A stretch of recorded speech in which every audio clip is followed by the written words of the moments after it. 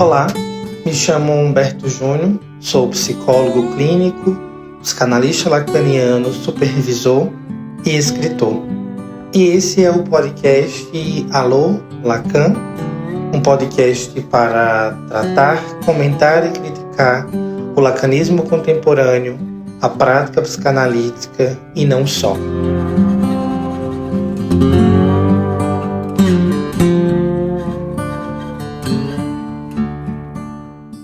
Renata, querida, para mim é um prazer muito grande receber você nesse episódio em que eu quis destoar um pouco da proposta de só estar nessa vibe dos psicanalistas e, além de ser um exímio admirador do seu trabalho, que eu vou querer que você fale um pouco dele para que as pessoas conheçam, eu também tenho um apreço, né, como seguidor seu lá no Instagram, eu fui acompanhando o teu trabalho e te admirando cada dia mais. E isso me fez, né, mais precisamente, uma fala sua sobre o desejo. Eu estava te dizendo ainda há pouco, e já disse a várias pessoas, e indiquei a vários colegas do seu perfil para que conheçam o que é o desejo, né? Você uma vez falou sobre o desejo, e aí tá lá nos teus destaques. Eu já retomei esses stories várias vezes, já mostrei para várias pessoas.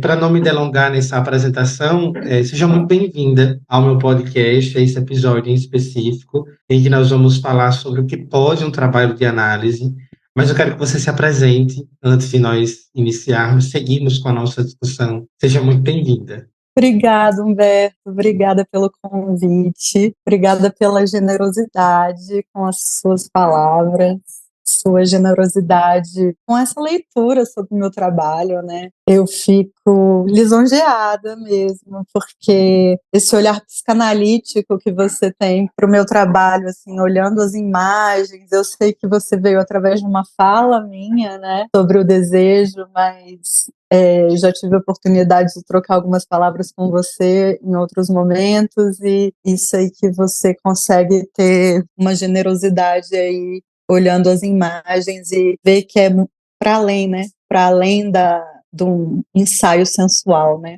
Bom, meu nome é Renata Samarco, eu fotografo desde 2009 e eu sempre fotografei pessoas, mas eu comecei fotografando shows. Eu trabalhei de 2009 até o início da pandemia no Clube do Choro de Brasília, uma casa de música instrumental. Então, meu percurso ele vem da música, fotografando shows. E no meio do caminho fotografei casamentos, ensaios, e com os casamentos depois vinham as gestantes.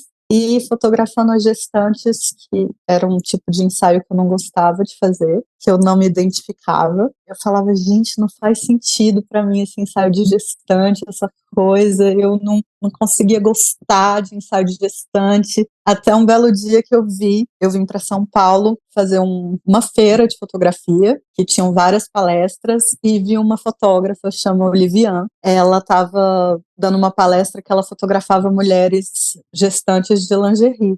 Eu falei, nossa, que potente, que fêmea, né? Finalmente eu achei alguma coisa aqui que se comunica com o que eu penso da mulher gestando, né? Que eu acho uma coisa tão poderosa, tão fêmea. Fora que para mim isso é uma coisa assim, gente, tem uma pessoa dentro de outra pessoa. Eu não consigo, assim, lidar muito bem com essa ideia.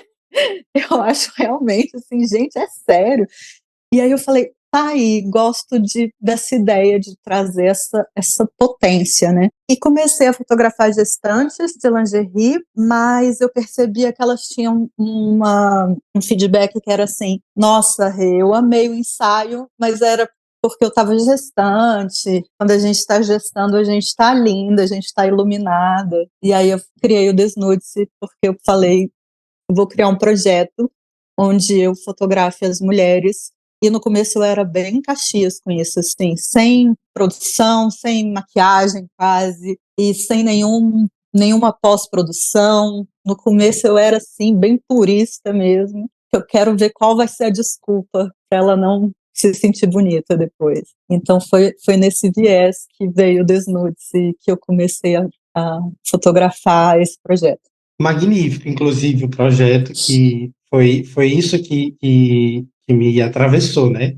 Eu estava dizendo para você ainda há pouco do quanto do que você diz, mas também eu acho que esse ponto, né, do teu trabalho, ele é muito do teu olhar. Então, é como olhar a mulher, olhar o feminino a partir do seu lugar, né? E eu acho que isso que me atravessou quando eu decidi, quando eu comecei a te seguir, quando eu escrevi a partir de uma imagem sua, né? Até te marquei, escrevi algo do feminino, do corpo, a partir de uma imagem, de uma fotografia sua, e que me provocou a convidar você para falar desse lugar de analisante, né? Porque, inevitavelmente, eu acho que, sim, alguém poderia fazer esses atravessamentos sem análise, né? A psicanálise não é a solução para o mundo inteiro, não serve para todo mundo, mas eu acho que é muito bonito quando olhado por esse viés enquanto analisante, né?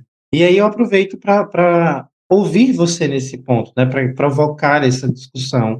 O que pode um trabalho de análise a partir dessas suas vivências e disso que você traz para a gente? Quando eu criei o Desnude-se, eu ainda não fazia análise, mas eu faço terapia, todo tipo de terapia que você imaginar, eu já fiz terapia de vidas passadas, já fiz um monte de terapias de todos os tipos, mas muitas que eu não sei, inclusive, qual era a área, eu imagino que fosse mais para a linha comportamental, não sei exatamente, mas o que, que eu sentia? Eu sempre tive um incômodo muito grande com o meu corpo, porque eu fui obesa a minha vida inteira, e quando eu me autorizei a fotografar, foi justamente depois de ter morado fora. Enquanto eu estava morando fora, eu emagreci, longe de todo mundo, longe das expectativas e dos números absurdos que eu me colocava para bater as metas e me frustrava e, enfim, deixava tudo para lá. Quando eu estava finalmente longe, eu consegui emagrecer, depois voltei, continuei emagrecendo, emagrecendo, emagrecendo. Cheguei perto do meu corpo dos sonhos, bem perto. Eu cheguei a emagrecer, tipo, nesse percurso, uns 50 quilos. E aí, quando eu criei o Desnude-se, foi uma época que eu malhava loucamente. Muito, muito, muito. Eu passava horas na academia. Como eu nunca tinha emagrecido na vida, eu tinha uma expectativa infantil e ingênua de que quando eu emagrecesse, muita coisa ia mudar na minha vida. Eu achava assim, não, quando eu emagrecer, eu vou fazer tal coisa. Quando eu emagrecer, eu vou ser assim assado. Quando eu emagrecer, isso. E quando eu emagreci, eu pensei, caramba, cadê minha muleta, né? E agora? Qual vai ser minha desculpa para não fazer as coisas que eu não faço? E também eu também não estava satisfeita com o meu corpo. E os detalhes me incomodavam profundamente, assim. Então, a flacidez que ficou, não sei o quê, aquele detalhe me incomodava muito, porque quando eu tinha muita coisa para transformar, quando eu não gostava do meu corpo inteiro, tipo isso, eu não olhava para aquilo. Quando passou a ser assim, não é esse detalhe aqui que está incomodando, eu comecei a entrar numa noia, numa paranoia, numa coisa, talvez tenha sido a fase que eu fiquei mais triste, mais crítica comigo. E eu nunca gostei de foto, nunca. Eu lembro que quando eu era muito pequena, tinha uma fotografia minha no quarto da minha mãe, um quadrinho, e eu olhava para aquele quadro e eu detestava. Agora você imagina uma criança que olha para uma foto dela bebê e odeia a foto. Então, assim, sempre tive um incômodo muito grande com a imagem. Então, eu me tornei fotógrafa pelo incômodo com o meu corpo e um incômodo com a imagem. E aí eu criei o Desnude-se assim. Eu pensei, cara, quando eu criei o Desnude-se, eu já tinha engordado. Então, eu estava assim, já tinha engordado um pouco, mas ainda não tinha voltado a ser obesa. Eu estava no auge do meu conflito com o meu corpo, que é, nossa, eu emagreci, não fiquei feliz, eu engordei, estou me sentindo péssima. Eu pensei o Desnude-se como uma grande investigação sobre o corpo. Em paralelo, eu fazia terapias que não me ajudavam muito. E eu ainda não conhecia a psicanálise. Então, o Desnude-se surge no meio dessa confusão toda e dessa troca com outras mulheres e vendo como era a relação delas com o corpo. E eu fazia com elas o que eu gostaria que alguém fizesse comigo, sabe? Tipo, olha só, deixa eu te mostrar que é uma questão de luz, que é uma questão de ângulo. Olha como pode ser generoso isso aqui. Porque era isso, eu olhava no espelho, eu malhava pra caramba, e eu pensava, cara, quando eu olho para a foto tá horrorosa, eu tô me sentindo imensa na foto, né? Que eu queria tanto ser magra. E aí eu fazia elas ficarem parecidas com a foto da revista, com gentileza, com ângulo, com luz, o que a gente cresceu vendo. Só que a gente cresceu vendo imagens que nem as donas dos corpos se pareciam com elas, né? Eram coisas muito retocadas e tal. Eu queria uma visão mais humana daquilo. Enfim, no meio dessa confusão e dessa piração, eu fui entendendo que tá todo mundo de mal com a imagem, conhecendo várias Isso é mulheres. hilário. Isso é assim, é de um jeito tão potente, né? Como você já usou essa expressão várias vezes, e desculpe te interromper, mas Imagina. isso assim, porque eu acho que em maior ou menor medida todos nós estamos insatisfeitos com isso, né? Que nós vemos. E eu acho que o advento das redes sociais agora, com a maior precisão, na pandemia, pós-pandemia, embora isso já existisse de uma outra forma, isso evidencia e testifica essa insatisfação quase que histérica, né, com o nosso próprio corpo. Mas, continue. Então, eu falo muito, né? Eu sou prolixa, mas você pode ir me voltando para a realidade. Não, fique à vontade. Eu também sou prolixo, então dois, então. Aí, a primeira pessoa que eu fotografei para o Desnude foi uma amiga, enfim, eu tinha acabado de conhecer essa menina, nós tínhamos feito uma viagem de grupo, foi tipo assim, aniversário de 30 anos de uma amiga, vamos todos para Taquaritinga, aqui no interior de São Paulo, e essa menina, ela é muito engraçada, porque eu percebi que ela não se enxergava, ela não tinha a menor noção do corpo que ela tinha, sabe? E era uma coisa assim que todo mundo falava, gente, vocês viram? Tipo assim, ela não é humana, essa mulher, sabe? Tipo, olha essa bunda, olha esse corpo. E ela fazia por onde? Não é esse povo que a gente fica com raiva, né? Assim, tipo, poxa, a pessoa não se esforça para ter esse corpo, mas Deus tem seus preferidos, tipo isso. Não, ela se esforçava muito, mas ela não conseguia enxergar assim aquilo. Eu percebi que ela não sabia que ela era daquele jeito. E aí eu ofereci um ensaio para ela, pensando o seguinte: bom, ela não sabe que ela é tão assim, mas ela sabe que ela tá no shape, né? E eu pensei, meu trabalho vai ficar fácil, porque qualquer ângulo que eu fotografar vai funcionar, né? Eu não preciso ter tanta manha aqui de pegar o ângulo, porque eu tinha muita preocupação em não apresentar para a fotografada uma foto que traumatizasse ela, sabe? Eu pensava muito assim, cara, o que ela dá conta de ver? Então eu tinha essa coisa assim muito forte. Porque eu tinha um incômodo absurdo olhando minhas fotos, então eu pensava muito sobre isso. E aí eu fui fazendo um ensaio e mostrando para ela, e ela olhava no visor da câmera, assim, ela falava, não sou eu, não sou eu. E aí eu percebi que tá todo mundo muito cagado da cabeça em relação à imagem. E no meio desse rolê, eu gravava Snapchat na época. Ai, adoro. E eu não lembro como exatamente, mas a Flávia Albuquerque, do Ponto Lacaniano, ela gravava também. E a gente fez amizade. Ai, que delícia. Eu conheci a Flávia pelo Snapchat. Maravilhosa.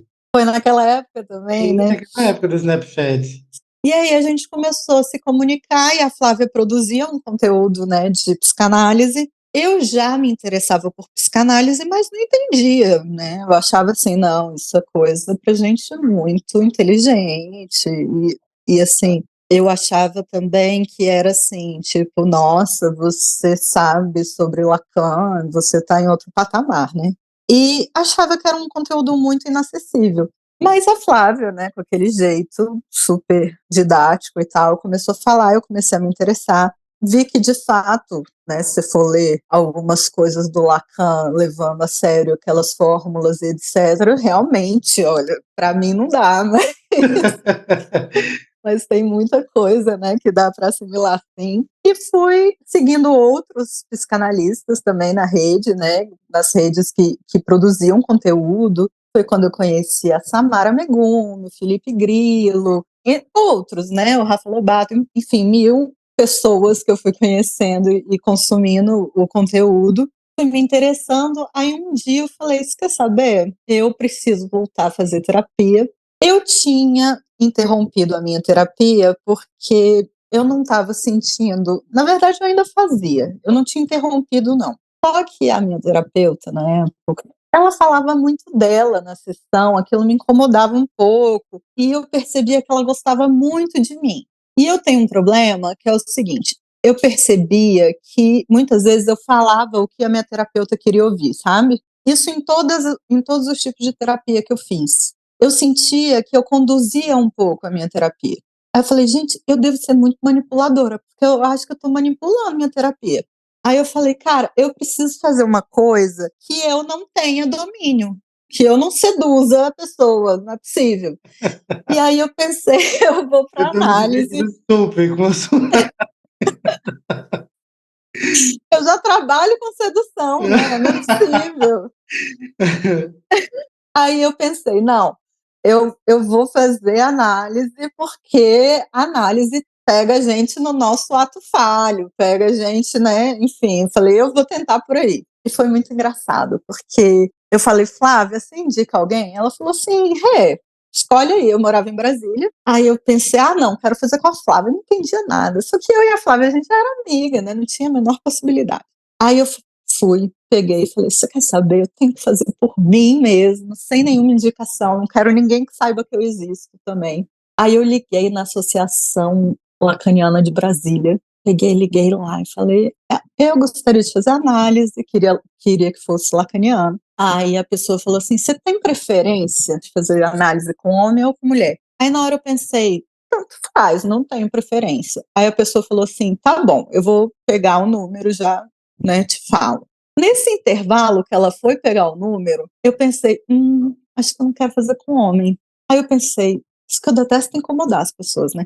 Aí eu pensei: "Ah não, ela vai me devolver alguns números, eu escolho, né". E ela demorou um pouco, quando ela voltou, ela falou assim: "Então, pode anotar". Me deu um número de um homem. Eu fiquei com vergonha de falar assim: "Ah, não, então, eu mudei de ideia, eu quero com uma mulher". Eu falei: "Você quer saber? É pra ser desse jeito".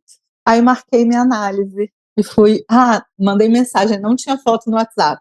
Aí eu pensei: "Se eu venho de um histórico que eu não quero seduzir, não quero estar nesse, né, nessa coisa, se for um homem bonito, como é que eu vou me sentir?". Aí eu pensei: "Não", aí não tinha foto, né. Aí eu falei: "Não, vai ser um senhor feio, fumando charuto". Ah, maravilhosa, Renata, a sua narrativa. Eu tô ansioso pelo final disso. Marquei e fui. Cheguei lá, sentei, esperei, né, tinha alguém, aí tô ouvindo, né, ele: "Ah, então tá, tchau fulano, até semana que vem". Aí ele sai assim, olha ele: "Vamos lá, Renata?". O homem lindo, lindo, lindo, assim, meu número total. Aí eu pensei: "É essa hora que eu pego minha bolsa e vou embora, né". Mas enfim, encarei e esse foi meu primeiro analista, e ali eu comecei a desenvolver um trabalho de análise que levou o meu trabalho fotográfico para outro lugar. E ali eu entendi que realmente, assim, o que eu fazia até então de terapia não tinha a menor comparação com o que a análise me proporcionou.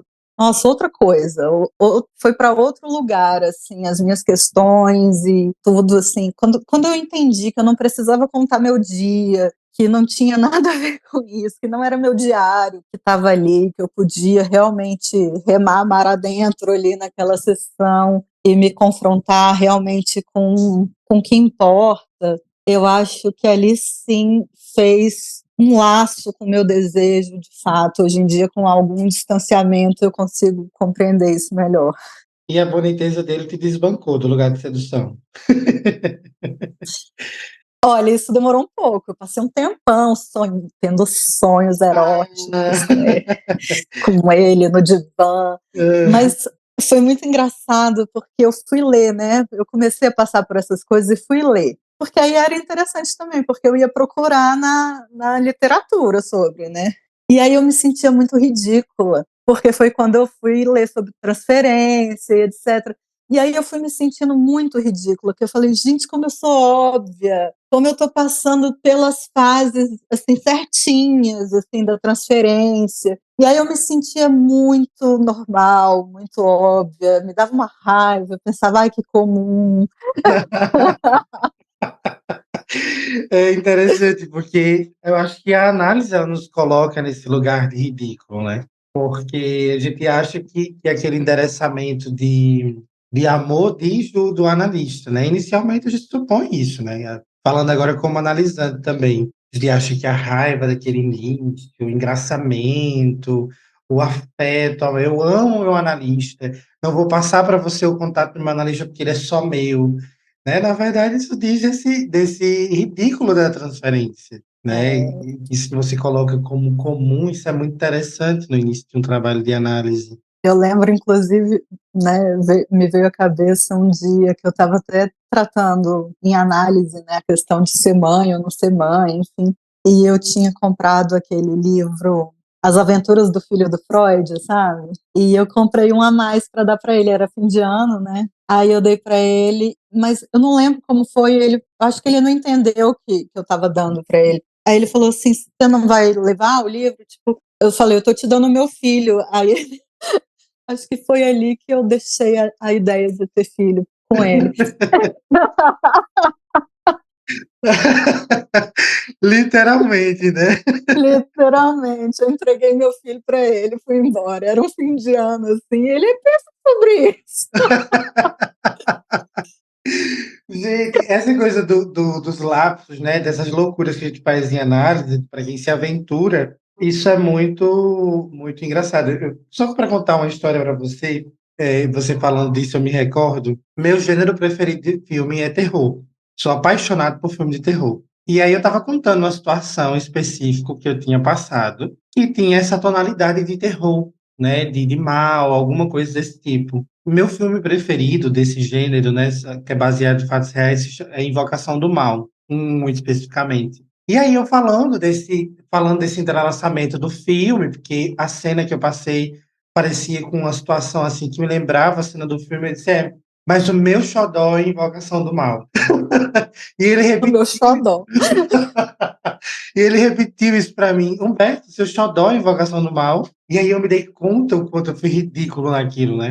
E do quanto tornava aquela situação um xodó. E você falando dessa história vou deixar aí meu filho para você, literalmente, né? E você usou uma frase bem Literalmente. curiosa, né? Eu dei para ele, Eu né? dei para ele, Você mas que deu ali eu para ele o cumpri. seu filho. Ali eu cumpri tudo, dei para ele, ele ficou com o filho e ali também. E foi um encerramento também. Depois eu mudei de analista. Então ficou literalmente com seu filho, né? Ficou. A gente fez o filho, eu larguei o filho com ele, fui embora. Renata, e você falou sobre o desejo, né? E como eu disse para você, e você já sabe, porque eu havia dito anteriormente, eu lembro de uma das perguntas que alguém fez, né, sobre o desejo, em uma das tantas suas caixinhas de perguntas lá no Instagram, e você falou sobre o desejo, eu acho que melhor do que qualquer psicanalista, né? A forma com que você foi explicando, você falava da sua experiência, eu acho que com o concurso, me parece, né, que você passou no concurso e aquele concurso era do desejo de quem? E abriu mão desse concurso em vista de uma outra coisa. Eu acho que isso também toca na nossa experiência enquanto analisante, e o grande enigma de quem estuda psicanálise é o que é o desejo? Né? Lacan ousa dizer que o desejo é desejo de desejar, mas eu queria ouvir de você, né, colocar aqui nesse episódio, deixar isso registrado. Você disse que não lembra com toda veemência e nem é preciso, mas o que é o desejo? Né? Eu queria ouvir você um pouco falando sobre isso. Eu estou escapando, né? Porque imagina uma não psicanalista falar sobre o que é desejo, é assim, é me colocar no lugar. Bom, mas assim, é curioso falar sobre isso, porque durante muito tempo eu não consegui entender o conceito de desejo. Eu lia posts sobre o que é o desejo, e eu falava, gente, não consigo entender o que é o desejo, né? E você quer o que você deseja, e eu pensava, gente, mas como assim eu quero o que eu desejo e tal? Então essa foi, assim, uma questão muito grande para eu entender o que era o desejo. E essa questão que você comentou foi que, na verdade, eu não passei nesse concurso, que eu passei, mas não fui classificada, não foi nem perto, né? Mas como eu sou brasiliense, em Brasiliense as pessoas nascem, crescem, se reproduzem, nascem, crescem, prestam, viram concurseiras, passam no concurso, se reproduzem e morrem. É basicamente o ciclo do brasiliense, né, na vida. Eu estava numa fase que eu tinha passado eu tinha me formado, eu tinha certeza que eu não ia trabalhar com o que eu tinha me formado. Eu sou uma zootecnista de formação e eu tinha morado fora, tinha voltado para o Brasil e estava assim, e aí, o que eu faço? E aí fica naquela pressão, né? Então, tipo, vai fazer o quê? Vai fazer concurso, né? E comecei a estudar para concurso, mas eu sempre tive certeza também que, assim, eu não sei o que eu quero, mas eu sei o que eu não quero. Já Mas é o caminho andado, né? já é meio caminho É. andado. Mas tem aquela coisa, né? Você precisa pagar a conta, querida. Então, assim, você precisa, né? E eu sempre trabalhei e tal, em várias coisas, mas tem um status outro. Assim, quando você passa num concurso, você muda de casta. E aí você entra nessa ladainha, né? E eu comecei a estudar e tal, e aí quando eu passei, mas não fui, né? Enfim, eu me deparei com a possibilidade de entrar no serviço público, né? Foi quando eu me confrontei com aquilo de fato. Acho que é quando dá aquele choque de realidade, né? Que eu parei e pensei, e se eu passo? Porque foi na hora que eu pensei assim, cara, se eu passo num concurso desse, e era um concurso bom, assim, era tipo, era o concurso do Ministério Público, que é um concurso que paga bem e tal. Aí eu pensei, cara, eu nunca ia ter. Hoje em dia eu não acho que eu nunca ia ter. Eu ia, né? Rebelde do jeito que eu sou. Mas assim, eu pensava na época, assim, eu não vou ter coragem de abandonar um concurso para viver o meu desejo, porque a estabilidade, enfim, enfrentar tudo e todos, todo mundo já acha que eu sou maluca, imagina largar um concurso para viver da minha arte, vender minha arte na praia. Todo mundo. Eu não sei se você já viu o vídeo se você curte a Jacira Doce. Maravilhosa. Amo, brasiliense. Aí ela fala: "Vendei sua arte na praia". Eu vendendo minha arte na praia. Eu tacando tudo pra cima. Não ganho nada. Não volta nada. Primeiro vai conquistar, Bom. depois. Ai, eu amo a Jacira. E aí eu pensava, nossa, eu não vou ter coragem, né? Então eu tô num momento, e eu pensava o seguinte, eu tô num momento que se eu não arriscar agora, como é que eu vou arriscar depois, né? Vai ser muito mais difícil. Imagina se lá na frente, depois eu tiver outros compromissos, ou eu tiver um filho pequeno, como vai ficar muito mais difícil. Então eu pensei, eu preciso agora entrar em contato com o meu desejo, que era de ser artista, né? E aí ser artista também tem uma série de coisas aí, porque eu queria ir para o ramo da música, que foi o que eu fui fotografar, foi um jeito de participar. Mas foi muito interessante todo esse processo, até assim, porque o desejo ele não é claro para gente, né? Não sei para os outros exatamente, mas para mim ele não é claro até hoje, né?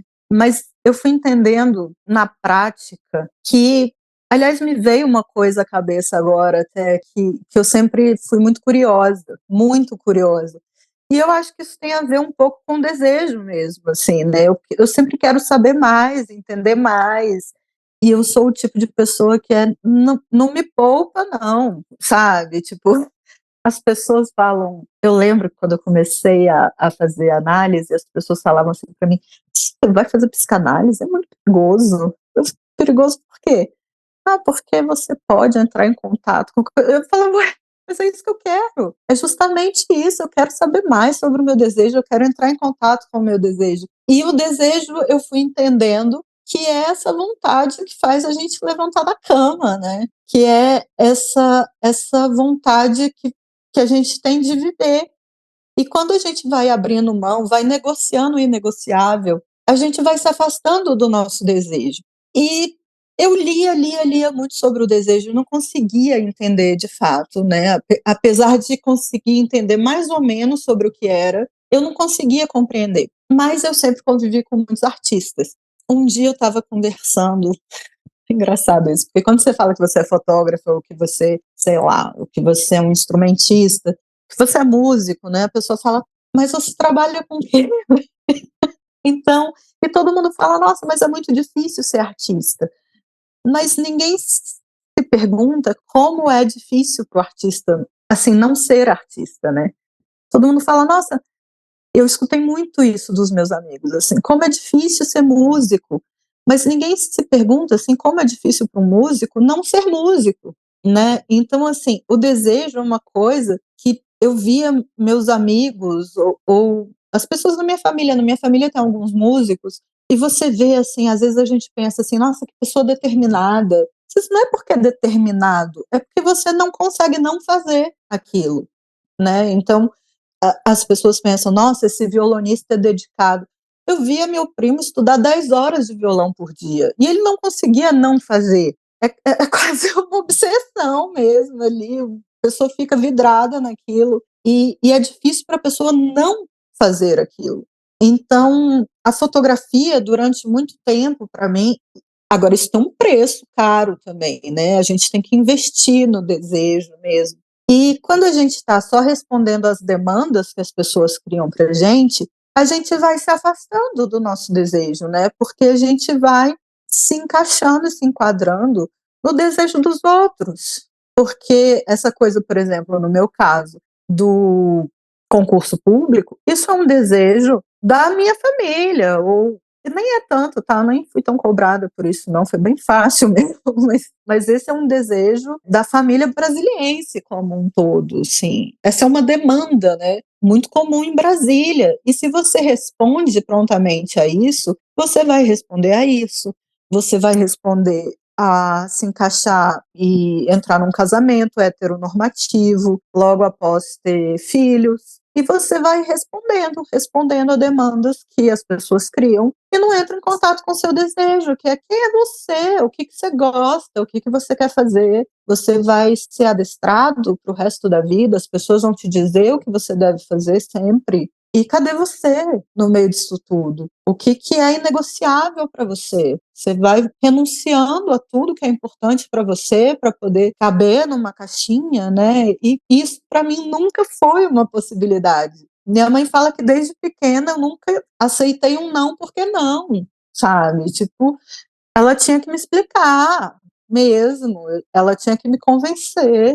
Então, assim, eu tô sempre querendo investigar, eu tô sempre querendo entender e pagando um preço alto por isso.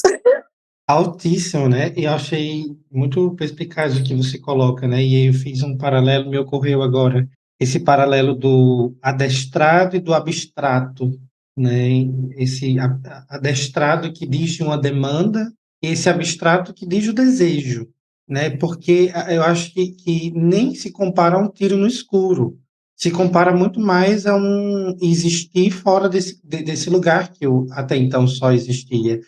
Eu acho que para mim, uma frase, uma pergunta, na verdade, que diz muito sobre o desejo, que eu tenho medo dela, eu confesso para você, a pergunta que o Caetano faz em uma de suas músicas, né?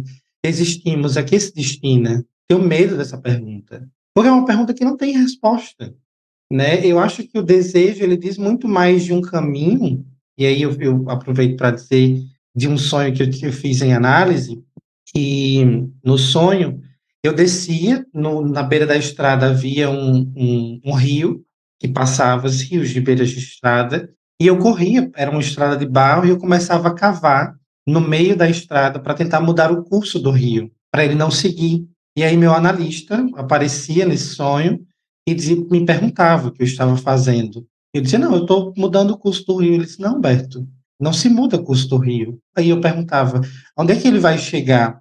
Ele disse, não se sabe, só se sabe que existe o caminho. né? E eu acho que esse sonho, para mim, ele diz desse aspecto do desejo. Não tem como mudar o curso disso que, por exemplo, você coloca, né? Eu acho que a nossa natureza é uma natureza que, por si só, ela se interroga, né? O que é que eu vou fazer da minha vida? O que é que eu vou fazer com isso agora que eu estou sentindo?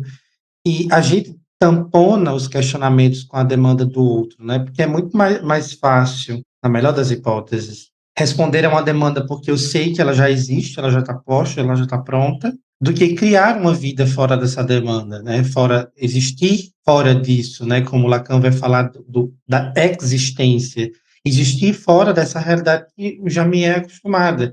Tem uma questão, Renato, que eu sempre faço aos meus supervisionandos, mas também quando eu vou escrever alguns casos clínicos, que é: será que é possível a essa pessoa que se queixa dessa realidade existir fora dela? Porque a gente se queixa de muita coisa, mas será que é possível a nós existir fora disso? Será que eu tenho recurso? Será que eu estou disposto a fazer isso que você dizia, né? A subverter, porque o desejo diz de uma subversão do desejo do outro. Subverter uma expectativa criada sobre mim, criada para mim, como você coloca a ideia do brasiliense, que segue essa cadeia, né, existencial e finda-se no concurso público. Será que eu consigo subverter isso? Né? Ou será que eu preciso ir subvertendo para ir respondendo essa questão que não precisa ter uma resposta, né? E aí eu acho que a gente entra na metonímia do desejo, que é isso que você fala. E para mim, assim, é muito forte o que você diz, muito potente. Ninguém pergunta para o artista se ele não consegue viver da sua arte, se ele consegue não viver da sua arte. Ninguém perguntou para você, ou pergunta para você enquanto fotógrafa, e eu aproveito para trazer um pouco para o meu campo, né? A gente, na psicanálise, a gente pena um pouco no início para viver só da clínica, sabe? Porque é difícil. Os desfalques, é difícil não contar com o valor de um concurso, é difícil não ter um dinheiro fixo todo mês. No início é tudo mais difícil, pelo menos na clínica. E ninguém pergunta para nós se eu consigo, por exemplo, enquanto psicanalista, se eu consigo não viver disso que hoje eu vivo, né? E eu acho que essa pergunta, para mim, assim, ela é não o suficiente, mas ela é uma pergunta que talvez sirva para concluirmos o nosso encontro de hoje, sabe? Será que eu consigo não viver disso que hoje eu vivo? Né? Mas, assim, eu quero aproveitar para te agradecer por todas as implicações. Saiba que isso é uma questão que acaba de se tornar uma questão de análise. Como eu já disse para você, que muito do que você coloca se torna uma questão de análise para mim. Mas eu quero aproveitar para te agradecer e com certeza haveria muita coisa mais para a gente conversar. E eu sei que isso a gente pode continuar fazendo em outros espaços. Mas muito obrigado, Renata, por ter topado esse convite, por essa troca maravilhosa, pelas boas risadas, né? Esse tempo que estivemos aqui juntos. E eu só tenho a te agradecer. Ah, querido, eu que agradeço. Obrigada, foi uma delícia, nem vi o tempo passar. E desculpa, gente, porque né, a pessoa é prolixa, confusa, mas espero que tenha conseguido passar alguma coisa do desejo, ou pelo menos divertido quem está assistindo. Não tenha dúvida disso, não tenha dúvida disso. Mas muito obrigado, tá? E a gente vai trocando em outros espaços. Com certeza, querido. Obrigada. Se você gostou desse episódio, siga-me aqui nessa plataforma para receber a notificação dos novos episódios e também me siga no Instagram, @HumbertoJuniorPsi, e também em meu canal no YouTube. Curta, comente e compartilhe. Um abraço.